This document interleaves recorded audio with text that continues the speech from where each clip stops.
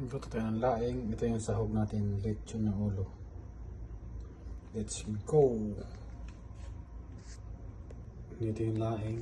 Binabad ko na sa tubig para lumambot siya. Dry na dry.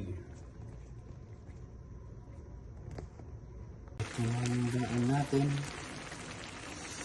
Unang gato. Unang gato tayo yung gato. Lagay ko itong pangalawang gato na doon.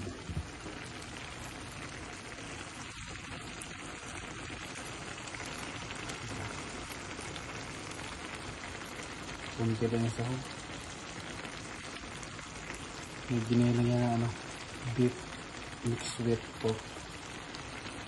Maliban sa lechon. Final showdown. Ayan, bumanti ka ala.